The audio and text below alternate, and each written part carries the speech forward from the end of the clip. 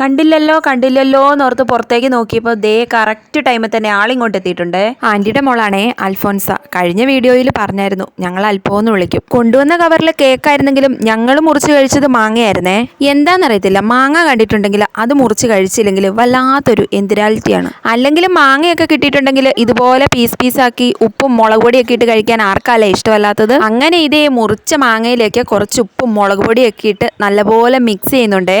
എൻ്റെ പൊന്നെ, ഇത് കണ്ടപ്പോൾ തന്നെ വായിൽ വെള്ളം വരുന്നുണ്ടേ. എങ്കിൽ പിന്നെ ഞാൻ തന്നെ ആദ്യം ഇതൊന്ന് ടേസ്റ്റ് ചെയ്യാന്ന് കരുതി ഒരു കഷ്ണം മാങ്ങ എടുത്ത് കടിച്ചതേ ഓർമ്മയുള്ളൂ. പല്ല് പൊളിച്ചിട്ട് കോച്ചുവാദം പിടിച്ച അവസ്ഥയായി. വേറൊരാൾ ഇവിടെ എക്സ്പ്രഷൻ ഇല്ലാണ്ട് മാങ്ങ കഴിക്കാന്ന് പറഞ്ഞതാണേ. ഇതാണ് അഭിനയ സിംഹം. മാങ്ങ കഴിച്ച എനിക്കറിയാലോ പുളിയാണോ മധുരമാണോ എന്ന്. എന്നിട്ട് പറയാ സൂപ്പറാന്ന്. നല്ല സൂപ്പർ പുളിയുണ്ട്. ഈ പെര കത്താൻ പോകുമ്പോൾ വാഴ വെട്ടാൻ പോവാന്ന് കേട്ടിട്ടുണ്ടോ? ഞാനും കേട്ടിട്ടേ ഉള്ളൂ. പക്ഷെ ഇന്ന് അങ്ങനെ ഒരു ദിവസമായിരുന്നേ. ഇത്രയും ദിവസം ഉണ്ടായിട്ട് ഒന്നും ചെയ്യാനും തോന്നിയില്ല, അതിനൊന്നും സമയവും കിട്ടിയില്ല. അപ്പൊ ഇന്ന് ഏതായാലും ഒന്ന് പുറത്തേക്ക് ഇറങ്ങിയിട്ടുണ്ടേ. പൊന്നൂസിന്റെ ഉടുപ്പൊന്ന് മാറ്റിയെടുക്കണം. പിന്നെ കൂടെ 2 ഷർട്ടും കൂടെ മേടിക്കേണ്ട ആവശ്യമുണ്ടായിരുന്നു. അതിനുവേണ്ടി ഒന്ന് പോവുകയാണേ. ഈ വർഷത്തെ ക്രിസ്മസിന് 2 പുതിയ ആൾക്കാരും കൂടി നമ്മുടെ ഫാമിലിയിലേക്ക് വന്നിട്ടുണ്ടേ. ഒന്ന് നമ്മുടെ കുഞ്ഞാവയും ഒന്ന് അനീത്തിയുടെ ഹസ്ബൻഡും ആണേ. അനീത്തിയുടെ കല്യാണം കഴിഞ്ഞത് കൊണ്ട് അപ്പോൾ പുതിയ ഒരാളെ കൂടി കിട്ടി. പൊന്നൂസിനെ എടുത്തിപ്പോൾ മുമ്പിൽ നടന്നില്ലേ, ആ ആളാണേ. അത് പേര് അഖിൽ. അൽഫോൻസ് വന്നിട്ട് പെട്ടെന്ന് തന്നെ പോയിട്ടുണ്ടായിരുന്നേ. അങ്ങനെ കുറച്ച് കഴിഞ്ഞപ്പോഴത്തേക്കും അഖിലും എത്തി. ആലക്കോട് സൂര്യ സിൽക്സിലേക്കാണ് പോയതേ. അവിടെ എത്തിയപ്പോൾ തന്നെ വലിയൊരു ട്രീ ഉണ്ടായിരുന്നു കേട്ടോ. ഇത് ഞാൻ കഴിഞ്ഞ ദിവസം വീഡിയോയിൽ കാണിച്ച പോലത്തെ ട്രീ ആയിരുന്നേ, ഞാൻ ഉണ്ടാക്കിയത് പോലത്തെ.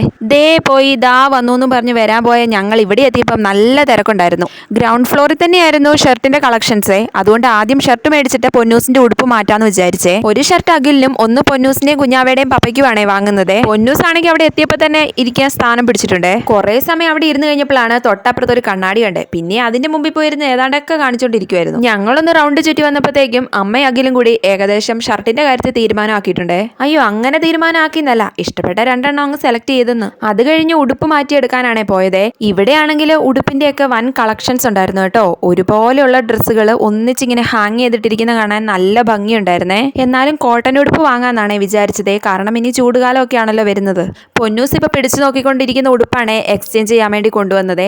അങ്ങനെ കുറേ സമയമൊക്കെ തപ്പിത്തെരഞ്ഞ് ഒരു ഉടുപ്പ് ഇട്ട് നോക്കിയിട്ടുണ്ടേ. അതൊന്ന് വാങ്ങി. പിന്നെ വേറെ ഒരെണ്ണം കൂടി നല്ലത് കണ്ടു. അങ്ങനെ ഒരു ഉടുപ്പ് എക്സ്ചേഞ്ച് ചെയ്യാൻ പോയതിന് പൊന്നൂസിന് 2 ഉടുപ്പ് കിട്ടി കേട്ടോ. ഇവിടെ വർക്ക് ചെയ്യുന്ന ചേച്ചിമാരൊക്കെ എല്ലാവരും നല്ല ക്രിസ്മസ് മൂഡിലായിരുന്നേ. എല്ലാവർക്കും തന്നെ വൈറ്റ് ആൻഡ് റെഡ് കളറിലെ ഡ്രസ്സൊക്കെ ആയിരുന്നു കേട്ടോ. അല്ല പിന്നെ ഇവരും ക്രിസ്മസ് അടിപൊളിയാക്കട്ടെ എന്ന്. തൊട്ട് മുമ്പേ പൊന്നൂസ് ഇട്ട ഉടുപ്പും ഇപ്പൊ ഇട്ടിരിക്കുന്ന ഈ ഉടുപ്പും അങ്ങനെ 2 എണ്ണമാണേ പൊന്നൂസിന് എടുത്തതേ. എന്താണെങ്കിലും പടക്കം മേടിക്കണം എന്നുണ്ടായിരുന്നേ. അന്നേരമാണ് അഖില് വന്നപ്പോൾ പടക്കം കൊണ്ടുവന്നേ. ഇനിയിപ്പോൾ ഏതായാലും അത് മേടിക്കണ്ടല്ലോ. മേടിച്ച പടക്കം കാണട്ടെ. ദേ ഈ 2 കോണെന്നൊന്നും അല്ല ഇതിൻ്റെ പേര്, പക്ഷേ കോൺ ഐസ്ക്രീം പോലെ ഇരിക്കുന്നതുകൊണ്ട് കോണെന്ന് വിളിക്കാം. പിന്നെ വാങ്ങിയതാണ് ഇതൊക്കെ പൊട്ടി കഴിയുമ്പം എങ്ങനെയാവുമെന്ന് കണ്ടറിയാം. പിന്നെ അതുപോലെ തന്നെ ഇരിക്കുന്ന വേറെ കളറിലുള്ളത് തന്നെ ഉണ്ടായിരുന്നേ. ഇതിൻ്റെയൊക്കെ പേര് എന്താണാവോ. അടുത്ത് നമ്മുടെയൊക്കെ ഫേവറേറ്റ് ഐറ്റം കമ്പിത്തിരിയെ. ഇതിൻ്റെ ഉള്ളിലുള്ളത് 2 സൈസാണേ. 2 സൈസ് എന്ന് വെച്ചിട്ടുണ്ടെങ്കിൽ ഒന്ന് സാധാരണ പോലെ കത്തുന്നതും പിന്നെ ഒന്ന് വെറൈറ്റി ആണെന്നും പറഞ്ഞ് തന്നതാണേ. പിന്നെ വൈകുന്നേരം ആയപ്പം തൊട്ടടുത്ത വീട്ടിലെ ദിനേശൻ ചേട്ടനും സുമിത്ര ചേച്ചിയും വന്നിട്ടുണ്ടായിരുന്നേ പൊന്നൂസിന് കേക്കും കൊണ്ട്. നേരെ ഉരുട്ടാകാൻ വേണ്ടി കാത്തിരുന്നേ വെറൈറ്റി കമ്പിത്തിരി കത്തിച്ച് നോക്കാൻ. ഇത് വെറൈറ്റി അല്ല, ഇത് 1.5 വെറൈറ്റി ആയിരുന്നു കേട്ടോ. വെൽഡിംഗ് വർക്ക്ഷോപ്പിൽ പോയ അവസ്ഥയായിരുന്നു. തീയും പുകയും മാത്രമേ ഉണ്ടായിരുന്നുള്ളൂ. ഈ പഞ്ചായത്തിലെ അടുത്ത പഞ്ചായത്തിലെയും കൂടെ കൊതുകെല്ലാം നാട് വിട്ടിട്ടുണ്ടേ. കൊതുകിനെ ഓടിക്കാൻ പറ്റിയ നല്ല ബെസ്റ്റ് ഐറ്റം ആണേ. ഇരുട്ടത്ത് കണ്ണ് കാണാതെ തിരിയും കത്തിച്ചുകൊണ്ട് പോകുന്നതെന്ന് വിചാരിച്ചേക്കരുതേ. കമ്പിത്തിരി പൊട്ടി പാളീസായ സ്ഥിതിക്ക് ഏതായാലും അടുത്ത ഐറ്റം നോക്കാം. വലിയ കുഴപ്പമില്ലായിരുന്നു. എന്തൊക്കെയോ പൊട്ടലും ചീറ്റലും ആയിട്ട് ഒരു സാധനം. അല്ലേലും പടക്കം പിന്നെ പൊട്ടാനുള്ളതാണല്ലോ. എൻ്റെ ഊഴം കഴിഞ്ഞപ്പം നമ്മുടെ വീഡിയോയിൽ സ്ഥിരം കാണുന്ന തങ്കച്ചൻ ചേട്ടൻ്റെ ഊഴം വന്നേ. അങ്ങനെ ചേട്ടനും പൊട്ടിച്ചു ഒരു പടക്കം. സത്യത്തിൽ ഇത് മാത്രമേ ഞാൻ കണ്ടുള്ളൂ. ഞാൻ തീ കൊളുത്തിയതൊക്കെ ഞാൻ ഓടുമ്പോഴത്തേക്കും പൊട്ടി തീർന്നിട്ടുണ്ടായിരുന്നേ. മേടിച്ച പടക്ക പാക്കറ്റിന്റെ അടുത്ത് വെച്ച് ഒരു പൂത്തിരി കത്തിക്കുന്ന രംഗമാണ് ഇപ്പൊ കണ്ടുകൊണ്ടിരിക്കുന്നത്. ഞാനല്ല, ഡാഡിയാണേ. എങ്ങനെയുണ്ട് ഡാഡിയുടെ ബുദ്ധി? പടക്കം ഫുൾ കത്തിപ്പോയി.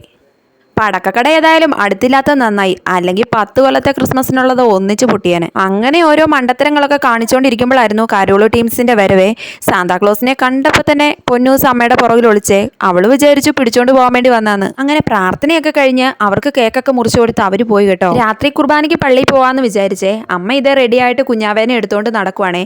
പൊന്നൂസാണ് ഇതേ തൊട്ട് മുമ്പ് എടുത്ത ഫോട്ടോസൊക്കെ നോക്കി ഇവിടെ കിടക്കുന്നുണ്ടേ. പിന്നെ ഇതേ ഞാനും. അങ്ങനെ എന്നെ ഒഴിവാക്കാൻ പറ്റത്തില്ലല്ലോ. പള്ളിയിലെത്തിയിട്ടുണ്ടേ. തിരുപ്പിറവിയുടെ കർമ്മങ്ങളൊക്കെ പള്ളിയുടെ പുറത്തായതുകൊണ്ട് അകത്തങ്ങനെ അധികം ആൾക്കാരില്ലായിരുന്നു കേട്ടോ. മിക്കവരും തന്നെ പുറത്ത് തന്നെ ഉണ്ടായിരുന്നു. ഞങ്ങൾ പുറത്ത് നിന്നില്ല, കാരണം പിള്ളേരൊക്കെ ഉള്ളതുകൊണ്ട് തണുപ്പടിക്കണ്ടല്ലോ എന്ന് വിചാരിച്ച് പള്ളിക്കുള്ളിൽ കയറിയേ. ഞങ്ങൾ വരുന്നതിന് മുമ്പ് തന്നെ മാളുവും അൽപ്പോയും അമ്മാമയൊക്കെ വന്നിട്ടുണ്ടായിരുന്നേ.